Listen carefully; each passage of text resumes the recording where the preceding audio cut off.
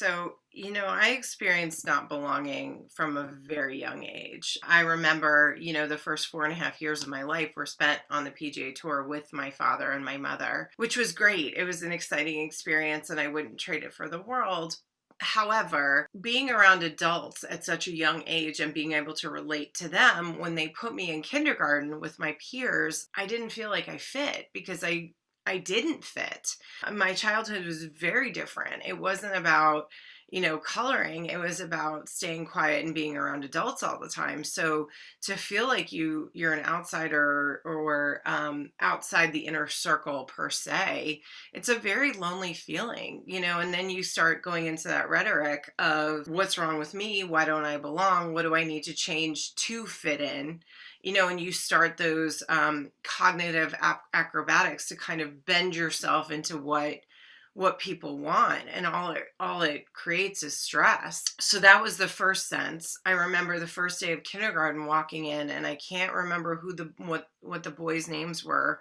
There were these two little boys, and I was chubby and overweight as a 5-year-old. I carried all my weight in this little pooch in front of me, and I remember walking into Mrs. Reichert's kindergarten class at St. Joseph's Academy in Boynton Beach, Florida, and these two little boys looking at me and without missing a beat saying, "We don't allow fat girls in here. You don't belong." So that was again sort of validating the fact that here I am as a 5-year-old not being able to relate to adults, being overweight, and being told from the moment I step into kindergarten that I didn't fit, and I never even knew these things until the narrative was placed in my head. So I think, from looking back, that was when I started to try kind of morph myself into what was acceptable or what created a sense of connection, which fed into belonging. So what could I do to fit? Well, the first thing I started doing was trying to lose weight. I mean, literally from 5 years old. How can I get rid of these things? How can I control my eating? And it was just always trying to contort myself into what was acceptable. When I finally did make a group of friends that accepted me and embraced me into their circle, there's nothing that a true sense of belonging can't do for you. I mean, to be able to know that there are people that support you despite your flaws or the certain like little idiosyncrasies that you bring with you, it's an empowering feeling because you feel like I'm not alone. I belong to this group. They've got my back. I'm not crazy. I'm not the only one that thinks these things. So, with belonging, and first belonging to yourself and knowing who you are and what you bring to the world, and then belonging to whether a group of people or a community that you're a part of, it just further perpetuates success.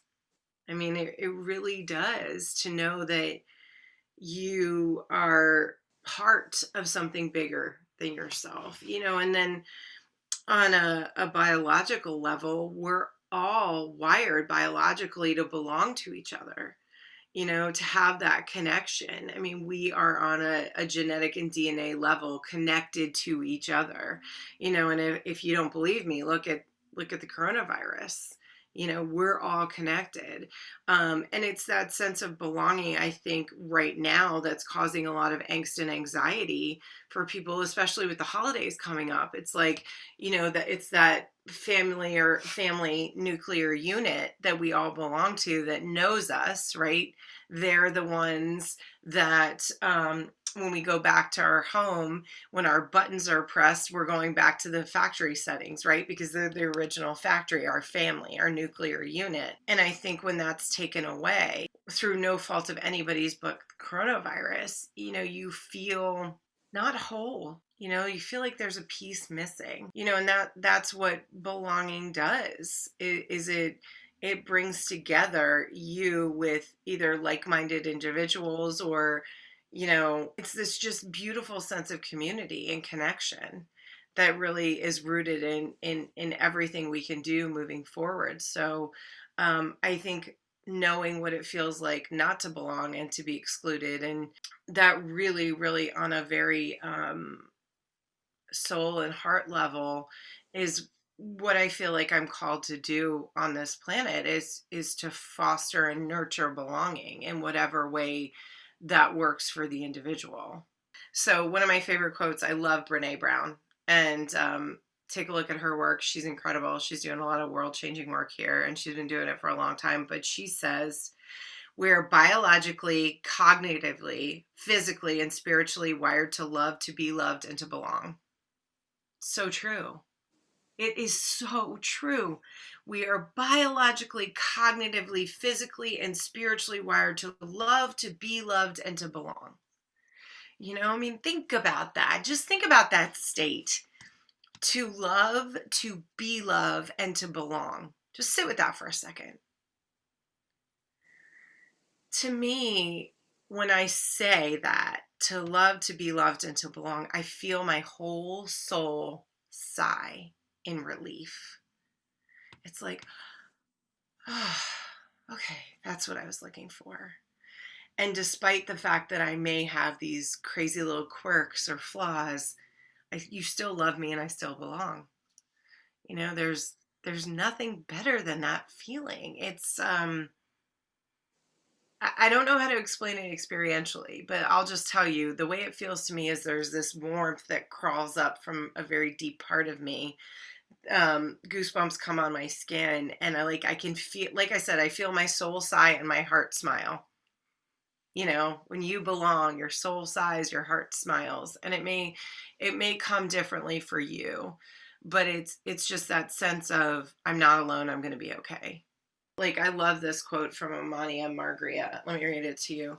In times of division and strife, build bridges to the hearts of those clouded by anger, hurt, hatred, and ignorance, so you can help open and understand their minds and hearts so they can understand yours. Yeah, so, okay. So as I moved up through my career, the biggest success I had was when I had leaders that embraced me and amplified what strengths and unique gifts and talents I brought to the position. So I'll tell you, my very first job out of college was at an NPR PBS affiliate. And I worked for this gentleman named Lee Rowand, who has become a great friend. This was in 1998. And I will tell you, I had been let go from my very first position. I had never been fired before.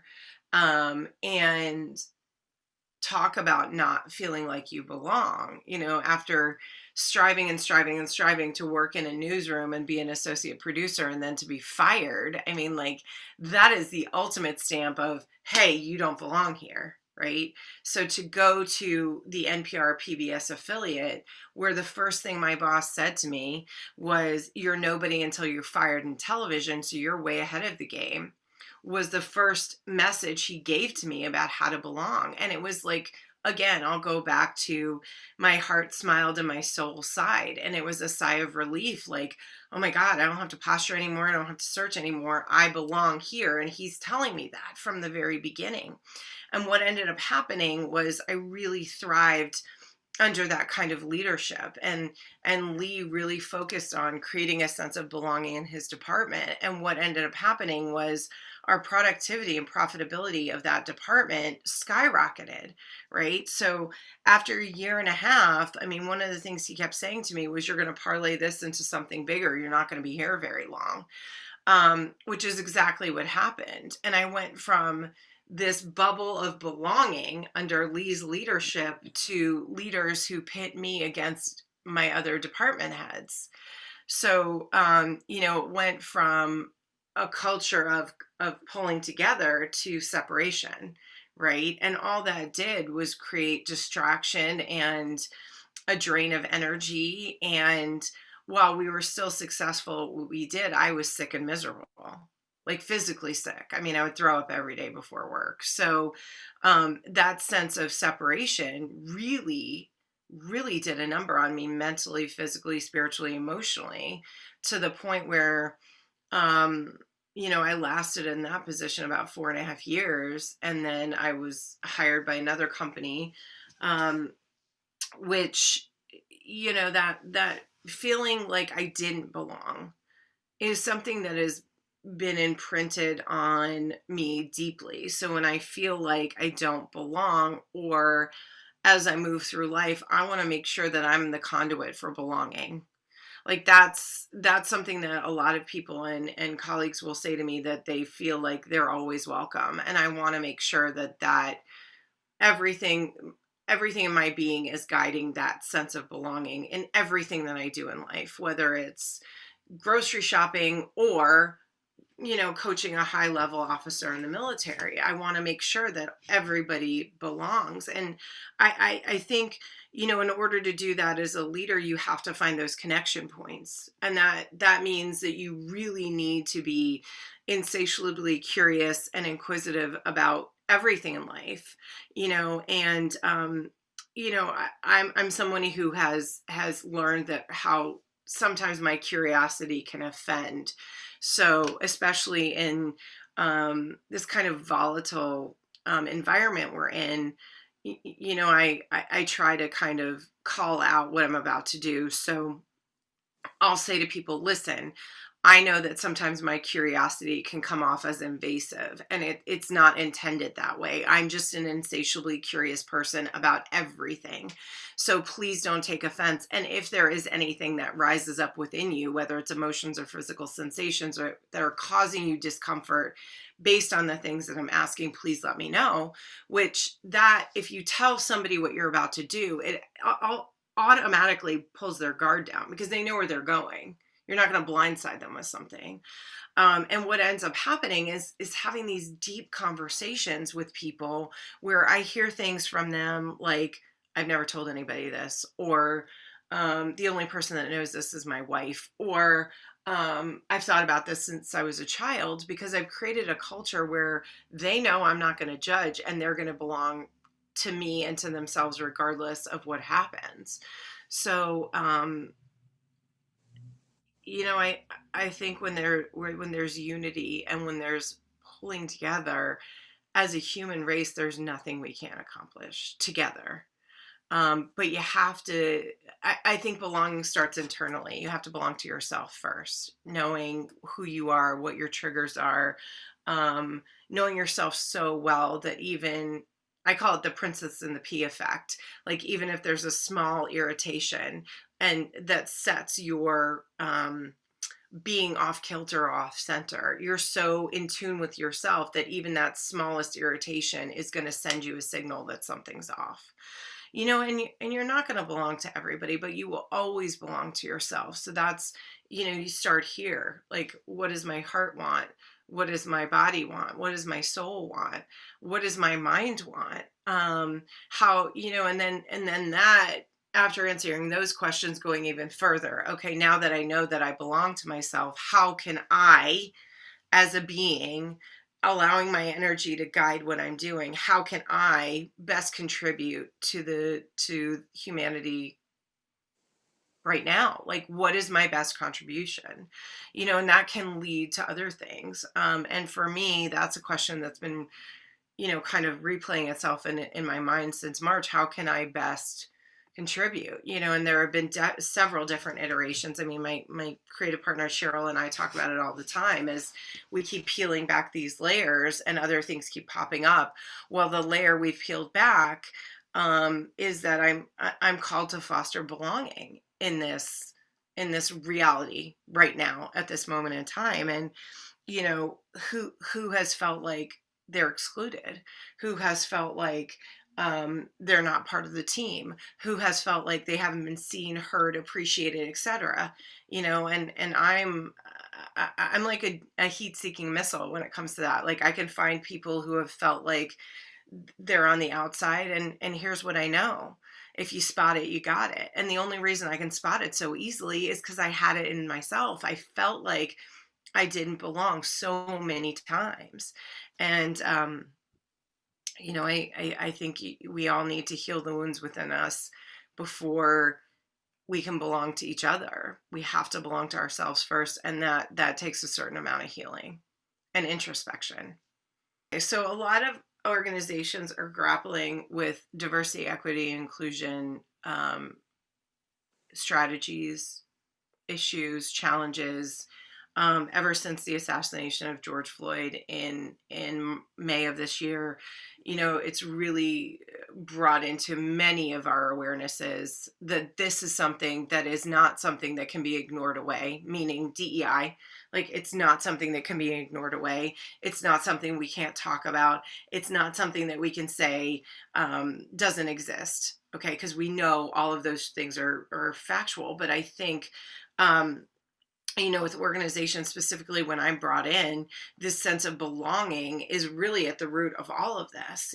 How do we belong without compromising who we are? And we do that by, first of all, acknowledging that there is an issue, because again, you can't fix what you can't see. So we've got to acknowledge it, right? We've got to realize that it's there. Then we have to awaken to it. Okay, we've acknowledged that there's an issue. Let's awaken to what our hand is in this. Where's our responsibility? Okay.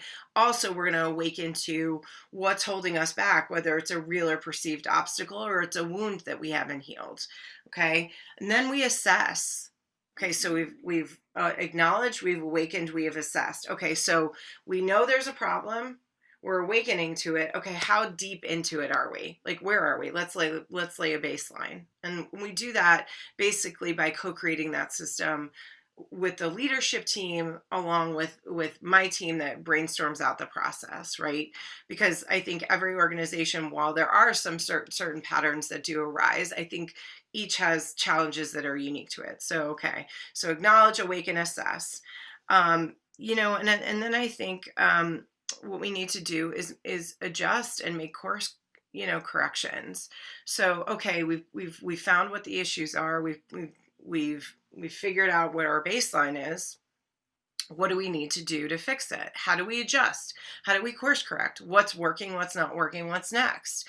We're not going to mess with the things that are working. We may just amplify that, but what's not working? Okay, how can we adjust that? What's the next step? And then it's constant adjustments as you move forward. I want to make sure that the organizations out there that are listening to this understand that this is not a simple flip of the switch after, I don't know, let's use hundreds of years in existence. You can't go, ta-da, welcome to diversity, equity, inclusion land. And you certainly can't hire somebody who's a minority and say, hey, they're the head of DEI, check, we've done our job. Like, that is not the way you breathe life into diversity, equity, inclusion, and belonging. You bring in somebody who understands, but can also bring together the different constituencies within your organization, turn up the volume and amplify their unique gifts and talents, honoring their differences while reminding them that we are all belonging to each other and connected because we are humans at the basis of everything.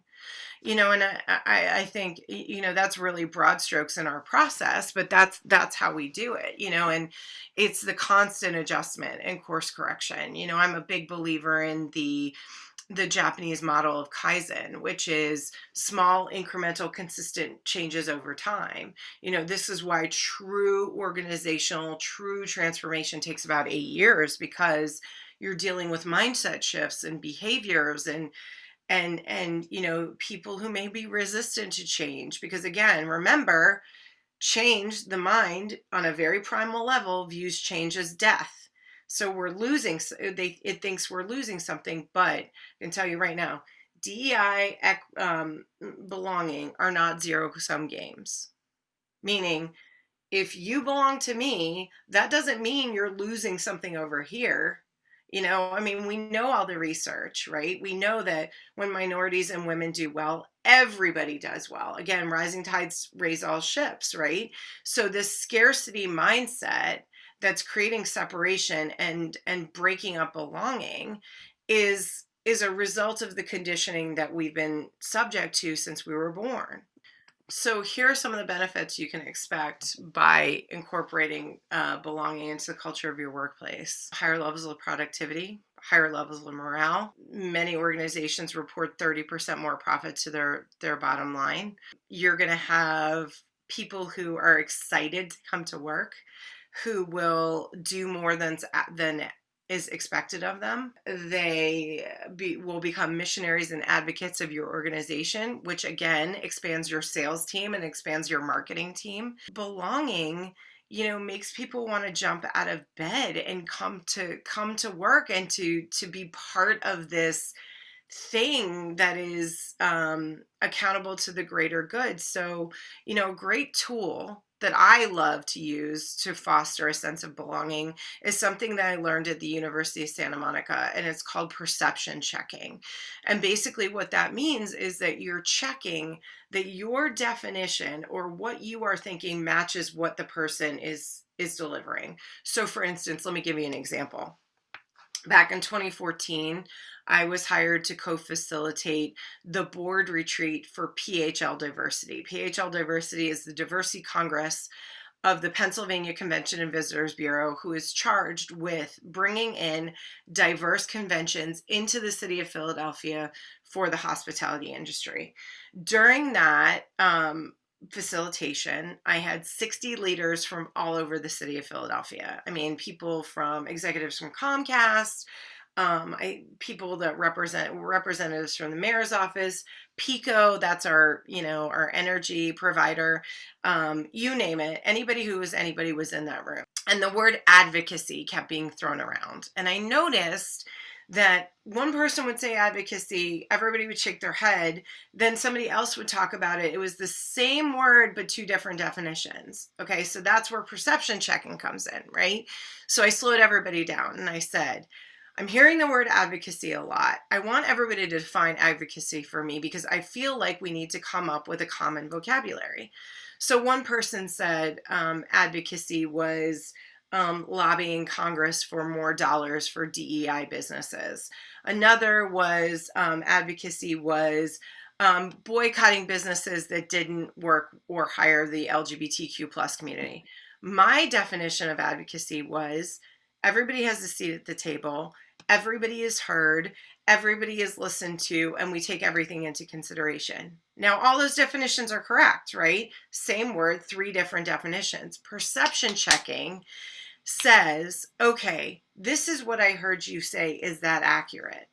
So think about if we all in society, instead of listening for response, we listened for understanding, checked our perceptions to make sure there weren't any misidentifications and miscommunications, what that would do for our world. Now, when I've introduced this skill into organizations, first of all, it's streamlined communication. It's brought conflict down tremendously. I think one organization, it dropped it from 25% to 15%, which is a 10% drop in 6 months. It's also spilled over into personal relationships. So fathers that are dealing with teenage daughters or teenagers, this is a great skill because teenagers, because of their poor raging hormones in their bodies, tend to be very short-tempered and irritable. This keeps the calm, so we're going to include a sheet on perception checking for you to implement in your organizations. But it is literally, when I learned this in 2014, it changed my whole life. And I slow people down all the time. I'll say, tell me what you mean by that. And it's not to put them on the defense. It's so that I understand where they're coming from. And without that understanding, we have no sense of belonging. It creates separation and it lets our ego be in the driver's seat. We're completely hijacked in our ego when we don't listen to each other, which, if you want to talk about division and divisiveness, let's look at the United States climate right now. Economically, politically, everything. We're all divided. And you don't believe that. Look at the results of the election. But think about what's led up to that. It's the divisive rhetoric. It's not listening to each other. It's demonizing the other side. When you slow down, you check your perceptions, truly understand and comprehend not only what they're saying, but the position they're coming from. Now we've got a place for conversation to start and collaborate. And from that space, right, there's expansion and possibilities instead of, well, that's not right. Well, you don't agree with me, so you're my enemy. No, you're not my enemy. You're my teacher. And we've gotten so far away from understanding that we're connected to this person and this person or situation may be in our life to teach us something. No, we've automatically gone, you're wrong, I'm right. Well, I'm going to go back to a Brene Brown quote. I'm not here to be right. I'm here to get it right.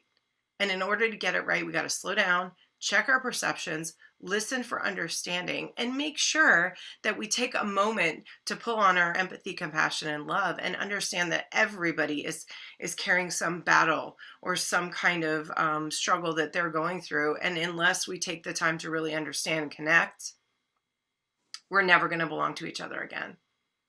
Here's what I've learned about belonging. Belonging is like stepping into a warm bath. It's like being embraced and being loved for who you are and knowing that you don't have to change anything to be here at this moment right now. You know, belonging to myself and knowing that the love of my life is looking back at me in the mirror. There's nothing I can't do. It's a really empowering yet grounding and steady place to be because you feel understood, you feel seen, you feel heard, and you don't feel like, oh, I've got to contort myself or create cognitive acrobatics to fit into this situation. I belong just as I am. And there's nothing better than that. There's nothing better than that.